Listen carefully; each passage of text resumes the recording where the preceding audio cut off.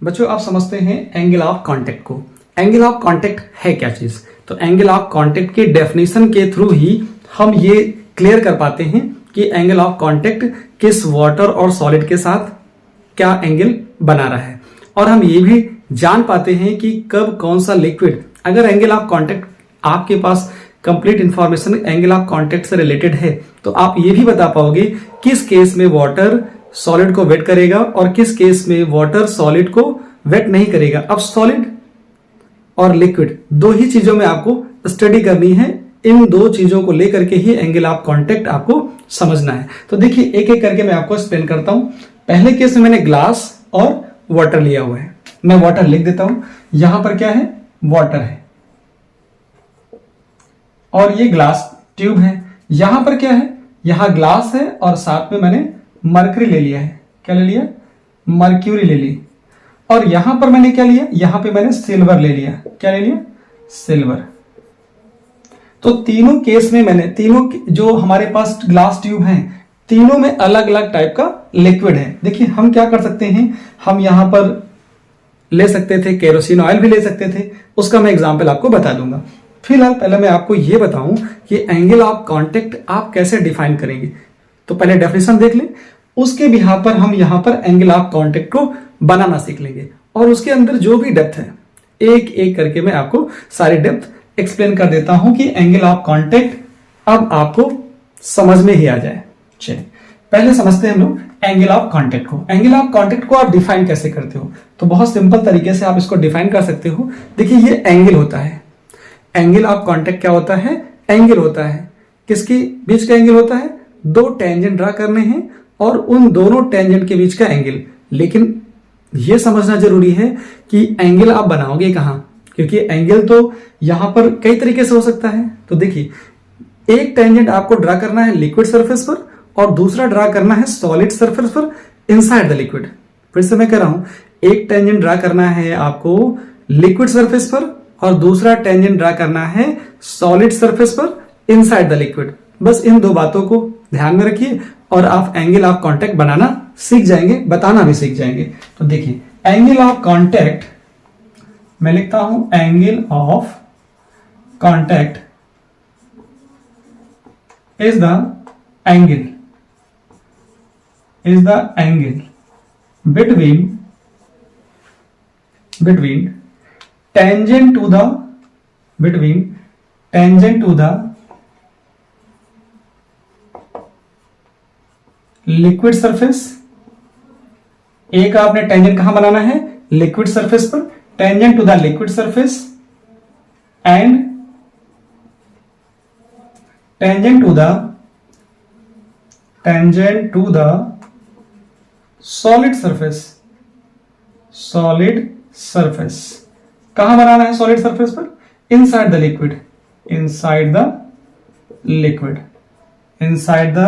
Liquid. ये बनाना था आपको inside the liquid. At the point of contact ये होता है आपके पास angle of contact. Angle of contact क्या होता है? Is the angle between tangent to the liquid surface. मैं फिर से लाइन ड्रा कर दे रहा हूं, देखो यहां पे tangent to the liquid surface and tangent to the solid surface inside the liquid at the point of, ये कॉमन पॉइंट रहेगा, at the point of contact. इसी चीज को यहां पर देखना है और आपको अपनी बात एंगल ऑफ कांटेक्ट से रिलेटेड समझा देनी है। कैसे समझाएंगे इसको देखते हैं। ग्लास ट्यूब है, वाटर है, मैंने क्या बोला? एक टेंजेंट ड्रा करिए आप कहां पर? लिक्विड सरफेस पर, और उस पॉइंट पे ड्रा करिए कहां पर? जहां पर कांटेक्ट हो रहा हो लिक्विड का और सॉलिड सरफेस का। तो इस पॉइंट पे देखिए, इस पॉइंट पे क्या देखेंगे? लिक्विड का सरफेस कैसा है? यहां पर देखो इस पॉइंट पर लिक्विड का सरफेस कैसा मिनिस्कस बना रहा है। कभी कभी ये भी पूछा जाता है कि मिनिस्कस कैसा बनेगा और कोसी फोर्स और एडहेसिव फोर्स में क्या रिलेशन है। जब इस तरह का फिगर होगा, इस तरह के फिगर में कोसी और एडहेसिव फोर्स में क्या रिलेशन है, मिनिस्कस कैसा है, यहां पर भी आपको वही सारी चीजें डिस्कस करनी है। पहले यहां पर देखिए, पहले तो एंगल ऑफ कांटेक्ट को जो आपने लिखा हुआ है उसी के अकॉर्डिंग यहां पे बनाइए। तो लिक्विड सरफेस पर एक टेंजेंट ड्रा करिए इनसाइड द लिक्विड, ड्रा तो बाहर भी कर सकते थे, लेकिन वो नहीं करना है, आपको कहां करना है, इनसाइड द लिक्विड करना है, तो आप इनसाइड द लिक्विड कर देंगे। तो ये इनसाइड द लिक्विड टेंजेंट हो गया, और एक टेंजेंट ड्रा करना है लिक्विड सरफेस पर। तो ये जो टेंजेंट ड्रा किया आपने एक सॉलिड सरफेस पर, एक लिक्विड सरफेस पर, यही एंगल होता है एंगल ऑफ कांटेक्ट। फिर से मैं बोल देता हूं, एंगल ऑफ कांटेक्ट क्या होता है, ये जो आपने यहां पर एंगल बनाए इस सॉलिड सरफेस पर और ये लिक्विड सरफेस पर, ये होता है एंगल ऑफ कांटेक्ट। जरा यहां पर देखिए, इस पॉइंट पर जब आप ड्रा करेंगे तो ये लिक्विड सरफेस पर तो अंदर बन रहा है, ठीक है, इस सॉलिड सरफेस पे अंदर बन रहा है और लिक्विड सरफेस पे बाहर टेंजेंट बन रहा है ये। तो यहां पर टेंजेंट जो आया, इनके बीच का जो एंगल आएगा वो कितना आने वाला है, वो आएगा थीटा। आपको तो थीटा ही बताना है, थीटा 90 से कम होगा या 90 से ज्यादा होगा, ये तो बात की बात है। पहले तो बनाना आपको सीखना था कि कैसे एंगल ऑफ कांटेक्ट आप बताते हो। तो यहां पर देखा आपने, इस पॉइंट पे देखा, और जरा इस पॉइंट पे देखिए, किसके बीच में है ये, ग्लास और सिल्वर के केस के लिए है। तो ग्लास और सिल्वर में क्या देख रहे हो कि इस पॉइंट पर यहां पर inside the liquid tangent draw करिए, और एक टेंजेंट ड्रा करना है लिक्विड सरफेस पर। एक टेंजेंट ये हो गया, दो टेंजेंट हो गए, इनके बीच जो एंगल बनेगा वो कितना बनेगा, यहां पर जो एंगल बनता है वो बनता है 90 डिग्री, ठीक है। ये है थीटा की वैल्यू। अगर आपसे कोई पूछता है सिल्वर और ग्लास के लिए, किसी ग्लास ट्यूब में सिल्वर डाल दिया आपने, तो उसके लिए एंगल ऑफ कांटेक्ट कितना होगा, तो यहां पर जो एंगल ऑफ कांटेक्ट होता है थीटा, वो कितना आता है, थीटा की वैल्यू यहां पर आती है 90 डिग्री। किसके लिए है, ये एंगल ऑफ कांटेक्ट है सिल्वर और ग्लास के लिए। तो ये तो आपको याद ही कर लेना है, इस तरह का क्वेश्चन नीट में बहुत पूछा जाता है। वहां पे कैसा क्वेश्चन बनेगा वो मैं आपको बता दूंगा, ठीक है। लेकिन फिलहाल अभी ये समझिए कि आपको एंगल ऑफ कांटेक्ट की डिटेल क्या है। एंगल ऑफ कांटेक्ट की डिटेल का मतलब ये नहीं कि सिर्फ डेफिनेशन सीख लीजिए, बनाना आ गया वो सीख लीजिए। अब इसके डेप्थ में चलते हैं। देखो यहां पर क्या देखा आपने, एंगल क्या है, थीटा जो आया है वो क्या है, थीटा। मैं पहले केस की बात करता हूं, यहां पे थीटा क्या है, थीटा इज लेस देन 90 है, ठीक है। यहां थीटा इज ग्रेटर देन 90 है, यहां थीटा कितना है, 90 ही है। इसका मतलब ये तो ऑब्ट्यूज एंगल हो गया। कितना, कैसा एंगल है, ऑब्ट्यूज एंगल है, यहां ऑब्ट्यूज एंगल आ गया, यहां पर क्या आ गया, एक्यूट एंगल आ गया। यहां पे मैं लिख सकता था दैट इज एक्यूट एंगल। अब ये एक्यूट एंगल कब आया होगा, जरा देखिए। पहला case, those liquid which wet the solid, those liquid, या ऐसा लिख सकता हूं, if theta means what, angle of contact is 90 degree, no, theta is less than 90 degree. मैं क्या लिख रहा हूं, इफ थीटा मतलब angle of contact is less than 90 degree. इसका मतलब क्या होगा, जो यहां पर मिनिस्कस बनेगा, इसको बोलते हैं मिनिस्कस। तो मिनिस्कस कैसा बन रहा है, कॉनकेव या कॉन्वेक्स, यहां लिखा जाएगा दैट इज कॉनकेव मिनिस्कस बना है, दैट इज कॉनकेव मिनिस्कस। यहां पे मिनिस्कस कैसा बना, कॉनकेव बन गया, ये कॉनकेव मिनिस्कस हो जाएगा। फिर मैं बोलता हूं कि कॉनकेव मिनिस्कस बना तो दो चीजों में रिलेशन बताइए। किसमें, एक को आपको एडहेसिव फोर्स में बताना है, एक बताना है कोहेसिव फोर्स में। मैं लिख दे रहा हूं कि एडहेसिव फोर्स और कोहेसिव फोर्स, इन दोनों में क्या रिलेशन होता है इस केस में, कब, जब थीटा की वैल्यू लेस देन 90 होती है। देखो तीन ही क्वेश्चन बनते हैं, एक तो थीटा लेस देन 90 है तो मिनिस्कस कैसा होगा, मिनिस्कस आपके पास होगा कॉनकेव, एक रिलेशन आ गया।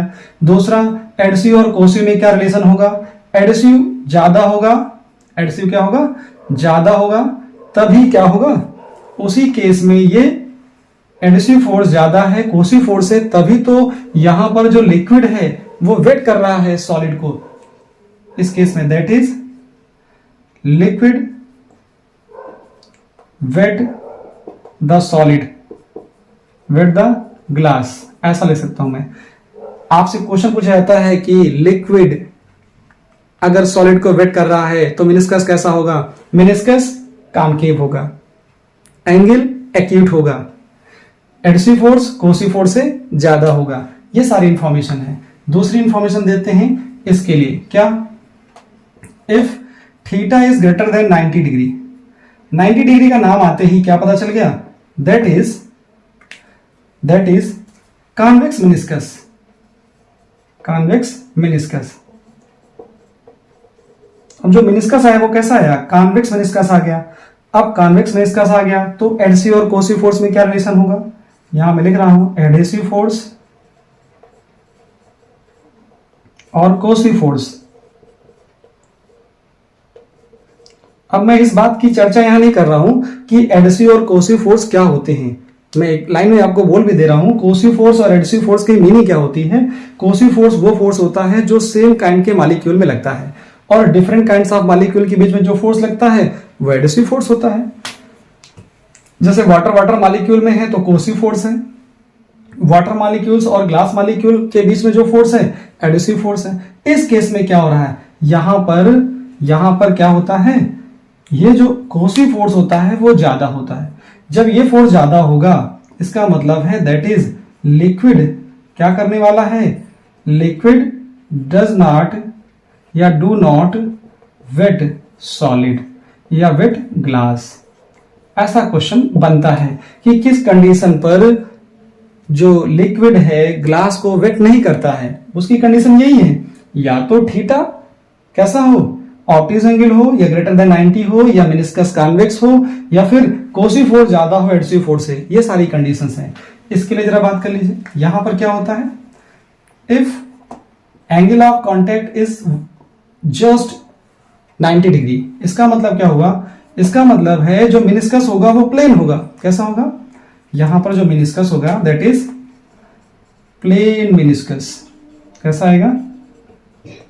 यहां जो मेनिस्कस होगा प्लेन होगा। इसका मतलब ये आया जो एडहेसिव फोर्स है, adhesive force is just equal to the cohesive force.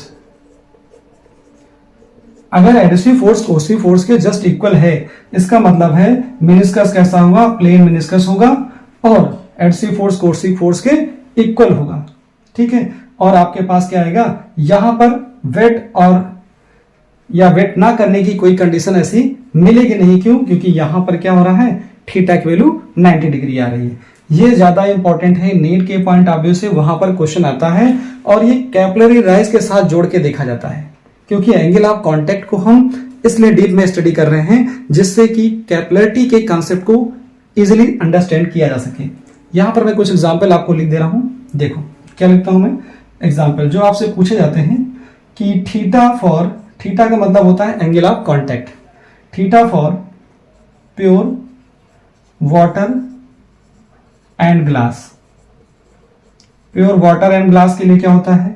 Theta for impure water and glass. ये क्या होता है? ठीक है। और फिर theta for mercury and glass क्या होता है? मरकरी एंड ग्लास, ये ज्यादा फेमस है, पूछा जाता है। फिर आपसे पूछ लेते हैं theta for silver and glass. Silver and glass, तो सिल्वर ग्लास का तो मैंने लिख ही दिया, मैं आंसर लिख दे रहा हूं। देखो इसका प्योर वाटर एंड ग्लास का तो 0 डिग्री होता है एंगल ऑफ कांटेक्ट, और इम्प्योर वाटर के लिए क्या होता है? 0 डिग्री से लेकर के 10 डिग्री या कहीं कहीं 15 डिग्री भी लिखा होता है, ये होता है। और मरकरी के लिए कितना होता है? इसकी वैल्यू 137 से लेकर के डिग्री से लेकर के 140 डिग्री तक आप कुछ भी ले सकते हो। 38 लिखिए, 39 लिखिए, चल जाएगा। Theta for silver and glass, इसके लिए कितना होता है? 90 डिग्री होता है। कितना होता है? 90 डिग्री। ये इसके लिए है, ये इसके लिए है, और ये इसके लिए। देखिए अगर आपको ये पूछा जाए कि वाटर और पैराफिन के लिए क्या होता है, किसके लिए? वाटर और पैराफिन के लिए, तो मैं यहाँ पे देखो लिख देता हूँ। यहाँ पे लिखता हूँ मैं, यहाँ पे लिख देता हूँ लिक्विड। ठीक है, यहाँ पे लिखता हूँ मैं लिक्विड, और यहाँ लिखता हूँ सॉलिड। तो इसके बीच में कितना आ जाएगा, देखो मैंने वाटर लिख दिया, वाटर, और यहां लिखता हूं पैराफिन, पैराफिन। इसके लिए जो आंसर आता है 107 डिग्री होता है। आपको याद रखना होगा किसके लिए, वाटर और पैराफिन के लिए। मैंने लिख दिया एक और याद रख लीजिए केरोसिन के लिए, केरोसिन और ग्लास के लिए, सॉलिड में ग्लास आएगा।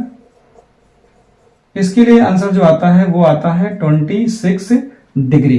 तो मैंने ऑलमोस्ट जो मेरे दिमाग में इस टाइम थे मैंने सारे बता दिए। होपफुली इससे ज्यादा आपसे नहीं पूछा जाएगा कि एंगल ऑफ कांटेक्ट के बारे में डिफाइन करिए तो डिफाइन कर दीजिए।